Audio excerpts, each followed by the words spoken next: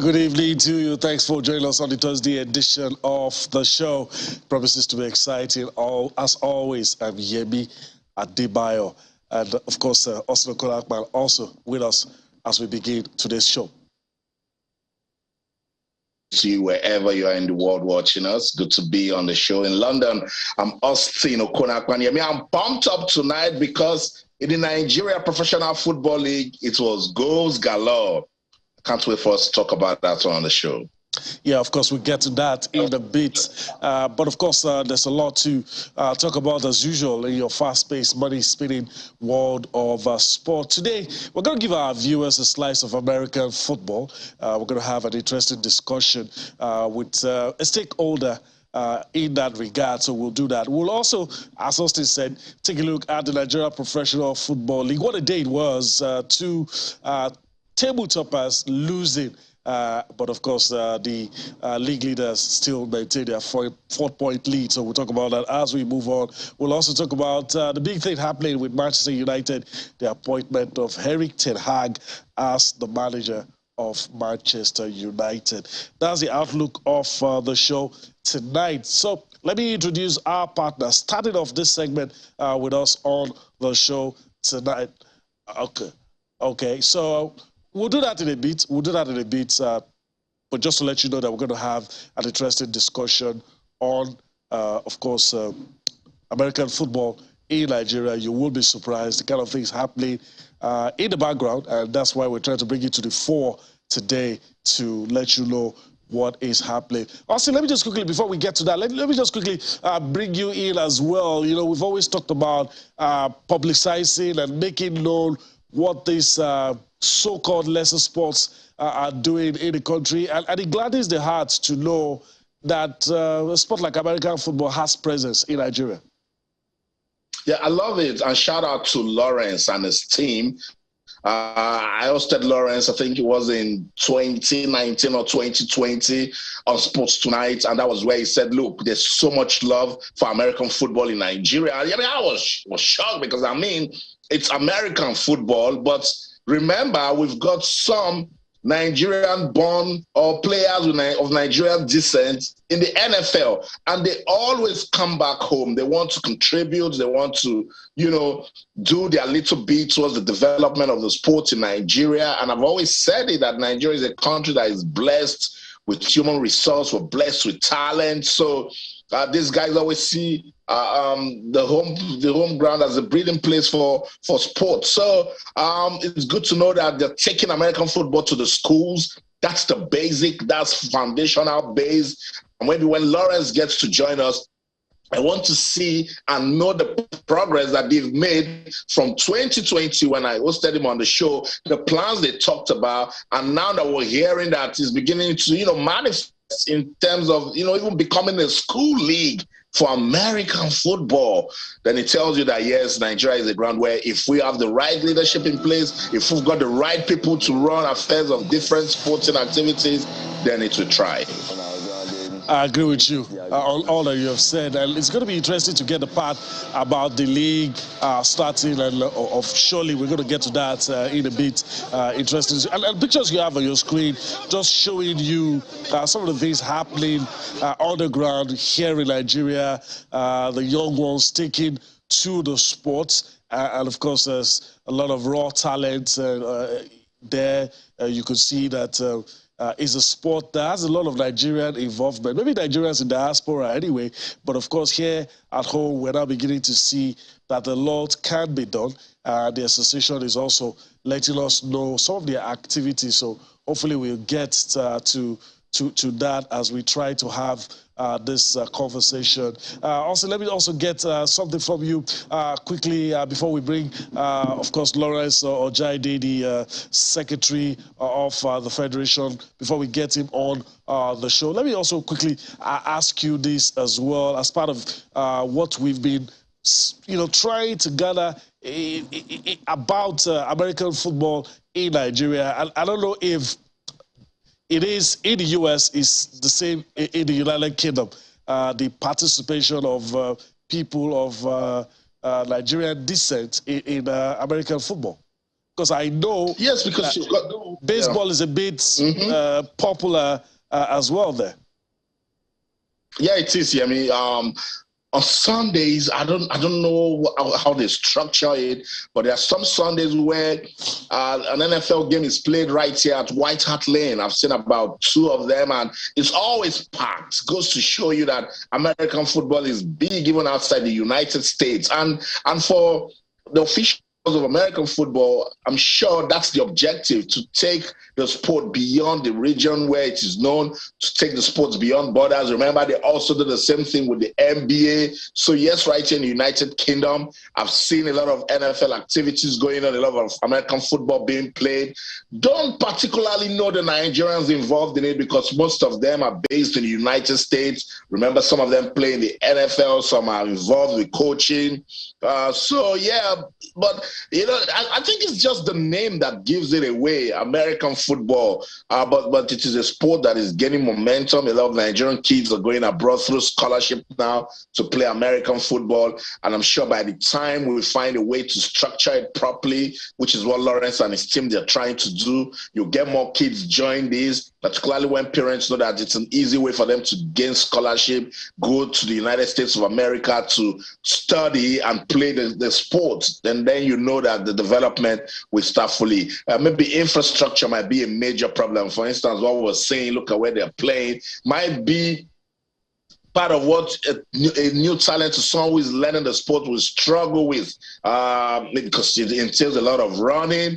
It's a bit physical, but if you just to talk about learning and, you know, getting to love the sport, kids, particularly at a very young age, have a raw talent and they would want to express their passion. And I'm sure that's why Lawrence and his team, they're exploring the schools and the grassroots. All right, Okay, we're going to take a quick time out to probably put our ducks in a row. So let's take a quick time out. We'll be back in a bit.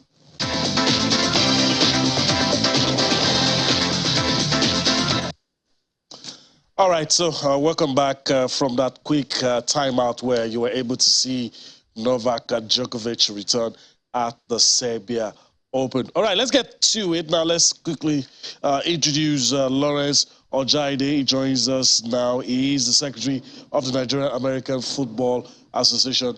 Lawrence, good to see you. Thanks for being with us on the show tonight. I'm happy to be here, and thank you for making it happen. All right. Yeah. As I gather, it's not your first time on the show, so you understand how we roll. I just want to get straight into all of this. You guys have been on the ground for a while, and I'm tempted to ask, which is the first thing that will come to the mind of every average sportsman. This American football and rugby, the difference and probably the reasons why a person would choose this or the other.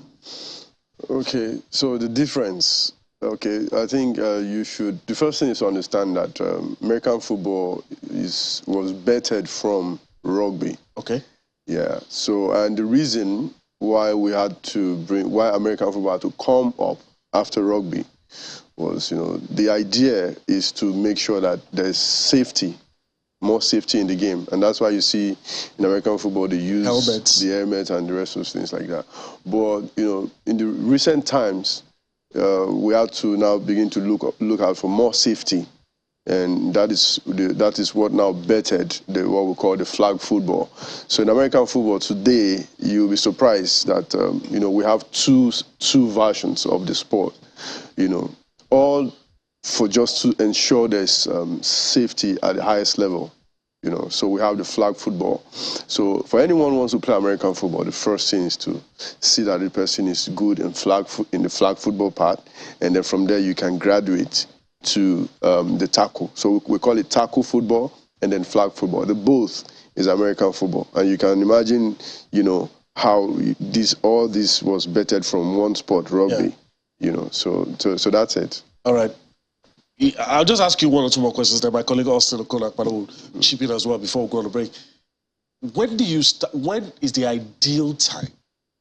We're going to come back to what's happening in Nigeria, but when is the ideal time to start the sport? You mean as an individual? Yes, ideal time for a boy, for a girl. To start. Are there specifications? Yeah, so, you know, in America, you can imagine that even the 3-year-old plays American 3 years old, yeah. You play with all American, the protective gear. Yeah, with even the protective gear, play American football. But for more safety reasons now, you see that instead of starting them from tackle, they want to start them from flag. Okay. You understand? But from what it used to be, they start from 3 years old. You know, they start playing. But for us in here, for us in Nigeria, what we're trying to do is to see that we start them from the Pee-wee, which we call it, which is from the primary school, you know, to the secondary school. So they start going from there, and then before you know, they can have the opportunity to play, you know, in the big league. So the ideal time is actually to start them from primary school, if you ask me. Okay. Yeah. All right. So what's happening in Nigeria? What's going on? Okay, so right now, you know, the objective has always been for us to see that we have a sport like American football that can, you know, compete with any other sport in the country, even in the world. Because as you rightly know, American football is the richest sport in the world and the sport with the most opportunities for youth. And number one thing, the largest team sport. You can imagine in a team, this is the largest team sport. In a team where you have about 33, 34 players just in one team, you know, and then if you on the field at the same time. You know, not on the field at the same time, at least in a team you will see that. Yeah, you know, has. But if you have two opposite sides. Yeah, so if you have two opposite sides, you will have like maximum 11, just like you have in soccer. Okay. But at least team members are not less than 33. Okay. 33, you know, in a team for American football. Yeah, so that's it. And I think in Nigeria, right now, our objective is to see that we start a league, like I want to say, we start a league that is, you know, able to compete, you know, with any sport. And for us, what we want to do is to see that we have sustainability, which I was trying to tell you about. Sustainability, just to make sure that we are able to keep the development, you know, on. You know, even when we are not there, we see that the sport is growing. So that's the objective. So in Nigeria now, we're trying to see that we have a league in the secondary school. Then we're not going to, you know, take it from there to make sure we have a league, because when these kids graduate from secondary school, some of them will go straight to universities, while some of them will still be in the community. You know, still doing stuff, maybe getting to you know, prepare themselves for university. So we want to have a league at all this level, a league that can play in intercontinental. Yep. You understand? So we're giving them that experience and that exposure, you know, to be able to put them on that roadmap to be able to have a better life, abroad. Those kind of things. So those are the things we're trying to do now. So the league is going to start. Which was what Okonakwa was trying to say the other time. We actually had it in mind to start the league in 2021. If not for COVID, it would have started. But because of the event of COVID, we had to slow down a bit. But after that, we try to ease up right now. We're trying to now see that the league starts from the secondary school level. And we've been able to train about 40 teams within the secondary schools in Lagos State only. And so we're using Lagos State as like the pilot stage. At the pilot stage, we're using Lagos State to ensure that we start up properly. Yeah. Okay. So that's on the 5th of May. This league is going to start. 2019, and was one of the problems that you identified, because I'm looking forward to this league, particularly because you're involved at the grassroots and the schools level. One of the problems you identified was infrastructure, and I know American football is a technical sport. Is infrastructure still a problem? Can I answer that? Yeah. Yes, infrastructure. Let me start from what we have right now in Lagos State, for instance. You know, when you're talking about infrastructure, we're talking about the field and the facilities, yes, in the field. Mm-hmm. So, but we've been able to, for Lagos State, we've been able to find a solution, which is what made us to now partner with the Lagos State as, you know, as a great partnership for us. And talking about the league that is coming up, they've been able to partner with us in the aspect of making sure that we have the field, Teslim Balogun Stadium, for instance. Even we even had a proposal for the Onikon Stadium, which is about to be, but for some other reasons, because of some work still going on there, we have to move the discussion to Teslim Balogun Stadium, which you can imagine that kind of partnership from Lagos State, trying to give us that infrastructure that we require. It's a great step to American football development. It's a great step. So yeah, so infrastructure-wise, I think we are doing good with the partnerships that we have with Lagos State for now. And from Lagos State, I want to believe that other states will want to, try to do the same thing, and we can scale through the order. Yeah. What's it like teaching kids American football, Nigerian kids? Because to them, this sport is new, particularly in terms of understanding the technicalities involved in it. Has it been challenging? Wow. One thing that have really excited me so much is the fact that the kids, when they see the ball, they want to just touch the ball. They want to see how it feels. They want to throw it around. It's not like when you have to use your leg, to play. They want to see how you can run, how they can run with skills. Running with skills. You see the passion in them. So there's this much excitement in the kids, both the female child and the male child. You see this kind of excitement in their faces that they want to do more. They want to achieve more from this sport. And that, for me as a coach, that has always given me so much joy. And then it's a sport that has so much discipline. If you want to actually look at a sport that teaches discipline, you have to come to American football. Look at the flag football part of it, which we are using for the schools now. Because we can't introduce them into tackle football. From now they have to play flag football, and flag football is a non-contact. As we all know, it's a non-contact sport. So for the fact that the sport is a non-contact sport, it brings excitement to the kids. Like, you can play without touch. If you touch someone on the field, it's a penalty, it's a foul on you or on your team. So that gives the kid a lot of excitement. And then the way they throw the ball, you have to catch the ball and you have to run with the ball to the touchdown area. And then people have to chase around to see how they can get your flags off you, this kind of thing. So, it's a game that brings the game, on the field, you will see a lot of people screaming, shouting, and, like, oh, don't do this, do that, this kind of thing. So it's a whole lot. You need to see the enthusiasm in the children. So that really helps us as coaches to want to, go extra mile to bring these kids to the best they can be. Yeah. It's been so wonderful, I can tell you. And I'll do this over and over. Okay, Lawrence. I'll get you talking again. Let's just go on this quick break. Sports Tonight on Channels Television. When we come back, Lawrence will tell us what it takes to put together a league for American football in Nigeria for young talent. So don't go anywhere. Stay.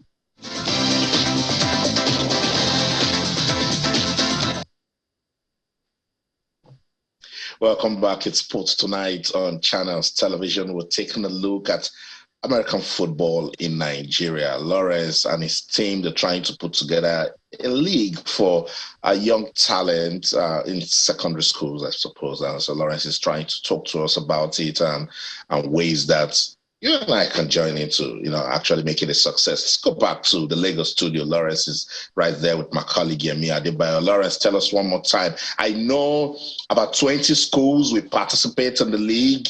What's the structure like? What's the format? And how did you get to select the schools? Well, so the selection process started in November last year, and there was a qualifier for these schools. We selected schools from different districts in Lagos, and this idea came up. This idea was vetted from the president of the association, which is Babajide Akeredolu. Like, we need to push this through the grassroots. So let's select schools from the Lagos State Sports Commission and the Ministry of Education. So this idea came up from them, and then we had to start a qualifier by choosing schools from the district. And then they played the qualifiers, and then they emerged very well, and then they qualified to play in the league, which is going to start on the 5th of May.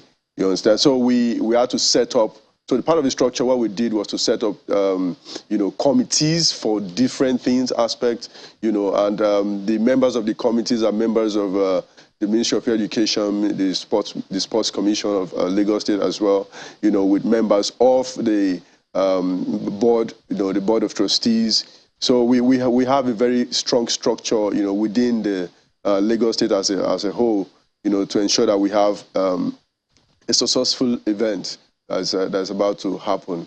And this is going to be the biggest league in Africa for American football. Yeah, the biggest league. So we are really proud to see that this is happening. And I assure you, I promise you, you would love to see more of these children.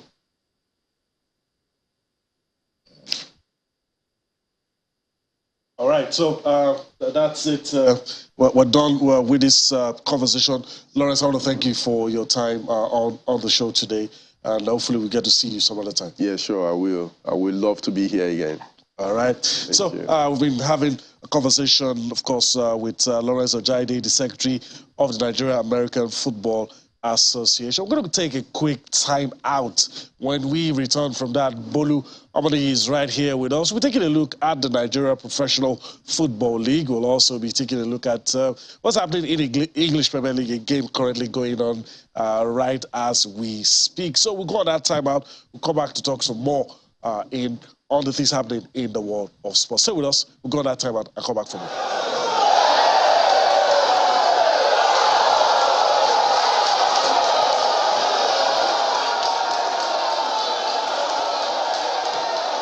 All right, welcome back. So we're here now. We'll be talking about the Nigeria Professional Football League. But first, let me quickly introduce Bolu Amadi. He joins us now. Lawrence Ojaideh has left. Bolu, good to see you. Thanks for being there with us today. Good to be again on the day where we had record goals for the season. Remember, matchday 19 had the most goals this season with 30, but 24 is showing us to have much more. We recorded 32 goals in yesterday's games and today, and we saw 6 goals scored by one team in the NPFL. That's not something you record all the time. So good one for the defending champions to get out of negative goal difference to +4 on the goal difference. All right. So Bolu has led the way. So let's take a look at the results for today, and we'll take it from there. Bolu has given you some of the things that have happened today, so you'll know the things we're talking about. All right. So there you have it. MFM losing at home to Wiki Tourist. They're in a position you don't want to be there, in position 20 now.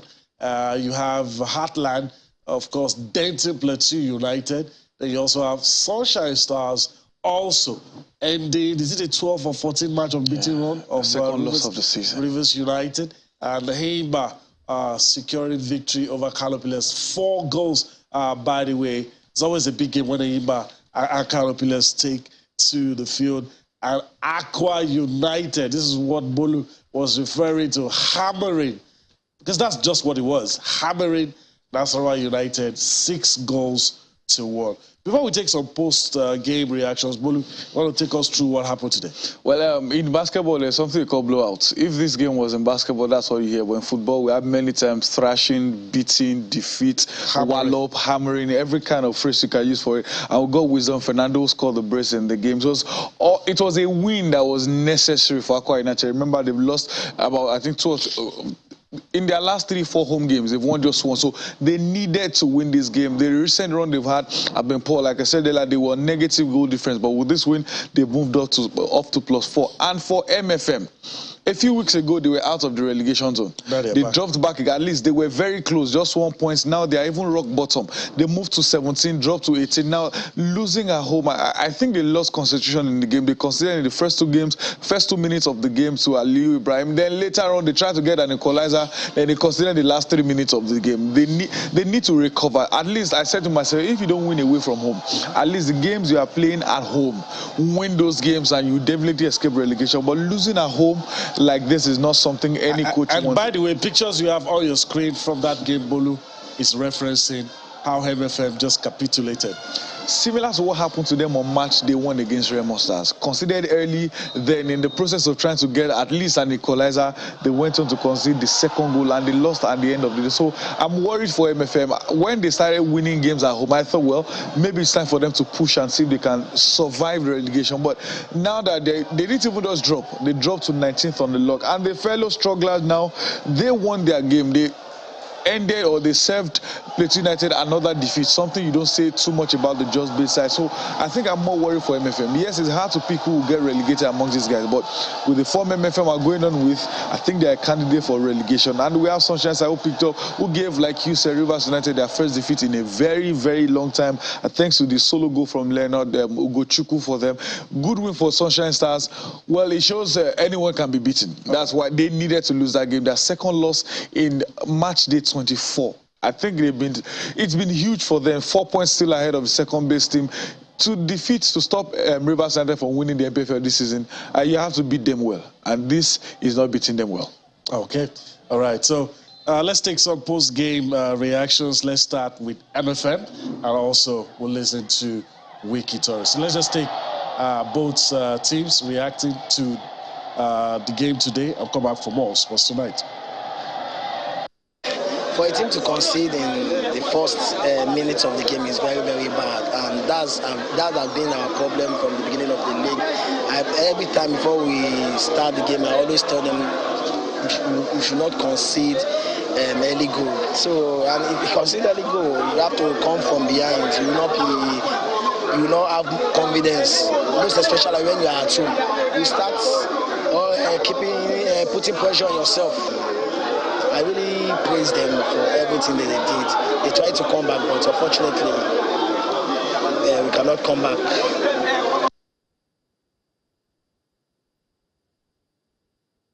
Anybody that has watched our match so far, we know that Wiki has been a promising team. At least every game we have been playing well. But it doesn't mean that we don't have the slowdown. And today, I think the boys were able to pick up very well. And so, congratulations for the Wiki Torres, but congratulations to my team. I didn't promise them any continental ticket. What I promised them is stability for the team. But the last 5 years, they have been struggling. So I feel if we can finish in the first 5 or first 10, for me, I'm satisfied. What matters to them is that stability first. At the same time, Lagos is home to everybody. So just like Abuja, we are playing Lagos in Abuja, and now Wiki, we are used to playing outside. For the past one month now, we have not been playing Bauchi, we are playing Kaduna. So we didn't see any game as home. We just come out and play our normal game, and let's see what happens. And today we are lucky, at least you can see the God of soccer is because we are able to get the goals, everything right, and you can see we are able to get 2 goals. I believe that we are going to build on this towards the next game. Normally when we go away game, so we have to watch the opponent to read them before we attack them. But this time around, the coach tells us that we should attack, it's our home. So I think that's why we get the early goal. I grew up here in Lagos, and coming to play against my home team is a wonderful feeling. So we've been looking for this victory ever since, from the first round to this present period. So I'm very happy. Concerning our last match at home against Kwara United, our coaches and management, they were very, very angry with us. So we decided to pick the maximum point to cover up the previous loss. So we are very, very happy together as a team. We're very, very happy. All right. Some very interesting comments there. Kabiru Dogo and some of his players saying, well, Lagos is no man's land. One of the star players saying he grew up in Lagos. But Bolu, do you see MFM survive? The first good news for them is 14 matches. Yeah, the point gap is not wide. They have 23 points so far, and 19th place here also have 23 points, and the 3 teams above them have 24, so they can still survive. But you can't be losing games at home and you expect to survive. There was a time they went on, I think, 4 or 5 games on beating run. The game they lost was at home after that. Now they're going on a good run. They lost at home. If they had won this game, they will be out of relegation zone, at least for now. So losing at home, you can almost say they'll lose their next game away from home. NPFL winning points away from home for teams below the top half is always very difficult. difficult, and they can still survive, but they need to pick themselves up. The excuse of Teslim Balogun is not their home. The guys defeating you at the stadium, they are not playing at home as well, so that is your home turf. You have to find a way to learn how to use that pitch very well. I'm more worried for them because the NNL is not where you go and you expect to come back almost immediately. It's a tough attack, so they can still survive, but losing games like this would definitely be difficult. For them to survive the NPFL this season, they need to start winning games. They need to see Teslim Balogun Stadium as the soccer temple like Gigi. If not, goodbye to MFM. No, I totally agree with you. What they first need to do is to get back their focus. But if you take a look at the second goal, came off the free kick, they were there protesting, play the ball. You didn't hear the whistle, go with the ball, and then Wiki Torres got it, countered, and scored that beautiful goal. You see, in football, it's just a moment. You lose a moment of concentration, you get punished. And I think that's what MFM needs to start doing now. Stay focused. Look at that. Look at the players trying to come back. Two players. See, now they are 4. He was able to round up, keep the ball, went back to the same guy that started the attack. Rounded the defender, quick shot, and that's it. Second goal. From that complaint they were making off that free kick, they considered a goal. The referee didn't blow. Go back and defend the ball. Some persons were still trying to, understand what was going on, and then they were conceding. Big win for Wiki Torres. This does a lot of good for their campaign. They are now back into the top 10. Don't forget, Wiki Torres also struggled to stay in the league last season. Coach Abdallah had to leave. They came back. Now they are 9th on the log with 34 points. Now let's talk about a team that waited till the last day of the season, last season, to also secure their place. That's Sunshine Stars. But look at Sunshine Stars. They have learned from what happened last season. MFM didn't learn because MFM also struggled last season to stay in the league. Sunshine Stars now 6th on the log with 36 points, and they needed to show their quality against a decent Rivers United side. And look, when you go on to win 1-0 against Rivers United that has lost just one game all season, it tells you that they wanted that win. They were focused that they would go on and end that unbeaten run of Rivers United, and they did. Let's take some post-match reaction, and we'll come back. We'll talk some more. The two teams played well, but a good game. And then that goal was scored against the run of play and early in the game. We tried our best to see how we cancel the goal, but we missed a lot of scoring chances. Then that was our bane today. It's always a case with the game football. Sometimes you win, sometimes you don't win. It was a tough match. We expected it. Like usual, every other team at home will always give their best. And not undermining the fact that we are the leaders, and we expected a tough match like it has always been here. It has always been a difficult match whenever we come to this ground, and we did all our best. So unfortunately the game came so early, and we couldn't utilize our chances as well also. The boy, they show good character.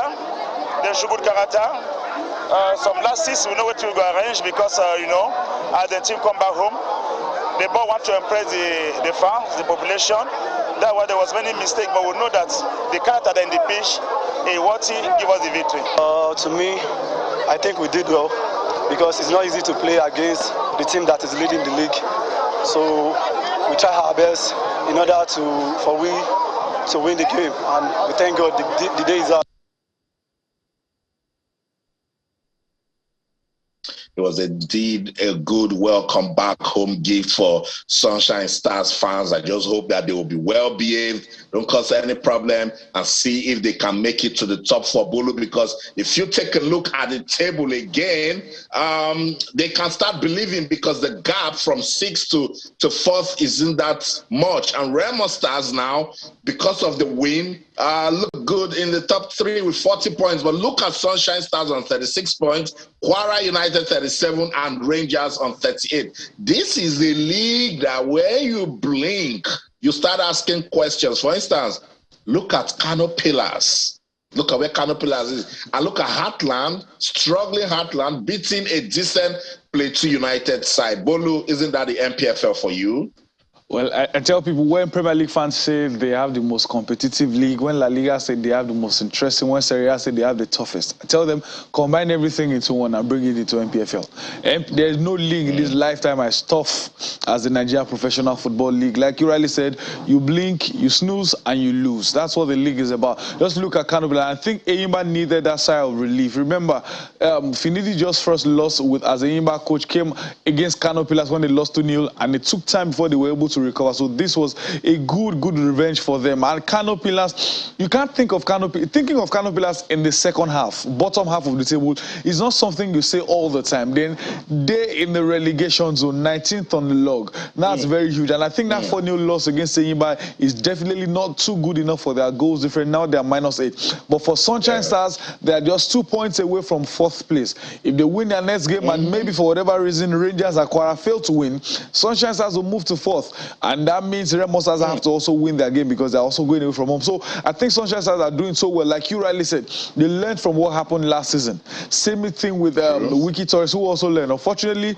the Lucara boys have failed to learn from there, and that's why they're struggling so far. So good season Sunshine Stars are having. Many teams are having good seasons. It's just so unfortunate for them because Rivers United are not having a good season. They are having a great season. Losing just the second game of the season so far shows they are way better than everyone. Like even you could see Stanley Guma with confidence that, well, we could have won this game, just that we couldn't take our chances. It means one thing: going into their next game, they know what to do. So kudos to Sunshine Stars. Beating, like the captain said, beating the table topper is not an easy job. Getting the goal early in the 4th minute, you would almost want to put your money on it that Rivers United will recover. If they don't win, at least get the draw. But they defended well. After 90 minutes, they picked all 3 points. So good win for Sunshine Stars. True, I totally agree. And that was what Coach Emmanuel talked about, gave credit to his team, that they showed good character. Very important, particularly that they scored an early goal and then held it down to go on to win 1-0. Yemi, I don't know how much time we've got before we go on a break, but shouldn't you show some love to Aqua United? We did. And we talked about the armory that they gave to their opponents, but I also think that Heartland Football Club gave a good gift to their fans as well, defeating Plateau United on their return to the Danayam Stadium. Was a very good one today as well. All right, guys, we can go on and on about the Nigeria Professional Football League. We don't have much time, so let's move on and talk about what has happened today. We're going to the English Premier League. Where do we start from? Let's start because we might not be able to come back to it. The game in the English Premier League for today has just ended. Burnley, and some people will be saying, maybe it was right they sacked Sean Dyche. I don't know. but Burnley 3 over Southampton. Bolu, we've always thought Sean Dyche always knew how to keep Burnley in the Premier League, but the owners of the club were pretty scared.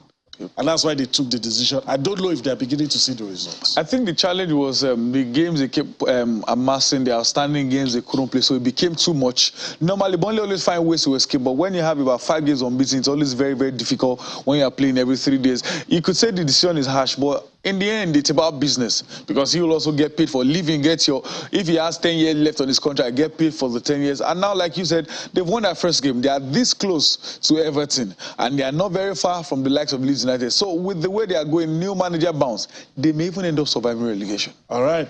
In my excitement, I said 3-0. It was actually 2-0. 2-0, not 3. All right. Maybe I'm getting excited that they're coming up. But also, let's come to your end. Was kept secret, blown open now. Eric Ten Hag, new Manchester United manager, 5th permanent manager after Sir Alex. And now a lot of people are not really excited about the appointment. They are worried about the amount of job the new manager has to do to get things right. Yeah. I've been listening to local media here in the United Kingdom, and fans of Manchester United are saying Ten Hag first needs to understand the board led by the Glazers family.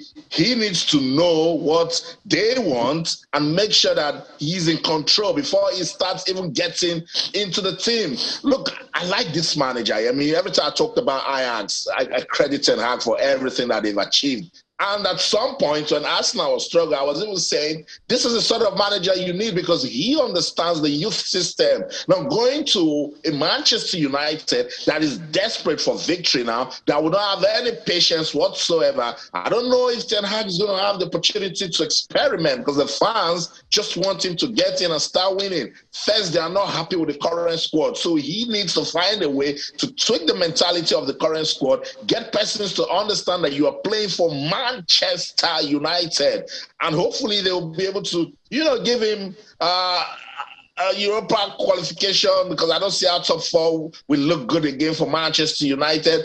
And if you don't make the top four, it means you even lose players before you tell them to leave the club. So, this is a difficult job. He has accepted, and I just hope that his quality will be able to turn things around for him. All right, let's listen to the new manager, Erik ten Hag. I think it's brilliant. I think it's fantastic. Proper progressive manager, something that the club really needs. Hopefully it'll be the start of a new era. It could be the new Ferguson. Look what he's done in other leagues. He's got a pedigree, well respected, just absolutely over the moon, mate. Couldn't be happier. I think it was about time that we had something new for our team, especially with what's been going on with the season. It's not been a great performance from all the players. So, young man, fresh. He's done well with Ajax as well. So I feel like it'll be a good start for United. Since Fergie left, we've not really had something going on for us. Jose Mourinho had a little bit, but yeah, I think it's a good appointment. I think it's very good news. There needs to be a change. There needs to be progress with the team. We need to be scoring, winning, and winning trophies. So any positive change would be a useful change for the team and the club. Well, time will tell, won't it? But, let's hope so. They'll have to give him time, plenty of time. He's got a big job there. There's maybe half a dozen to get shut of. So we'll have to see, won't we? I'm not so sure that they'll give him time, though. What has he got? 3-4 year contract? 2025. Yeah, so we'll see anyway, Actually, reaction of the fans in that one. Yeah. Bolu brought up an interesting topic. An interesting twist to it. A lot of people say Ten Hag, young manager. It's actually 52. Bolu, I want to get your thoughts. Is it because he's worked with kids, a lot of people, young manager, or maybe he's able to think like them? I don't know, because he's 52. I don't know why people are saying young.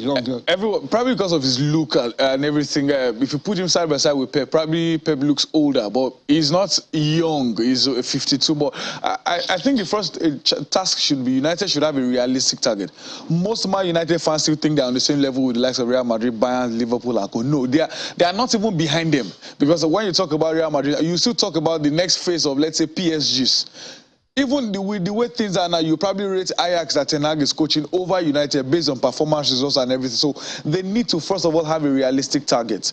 This is what we want. How many years do we want to wait till we start achieving? Because people are telling excuses of Klopp.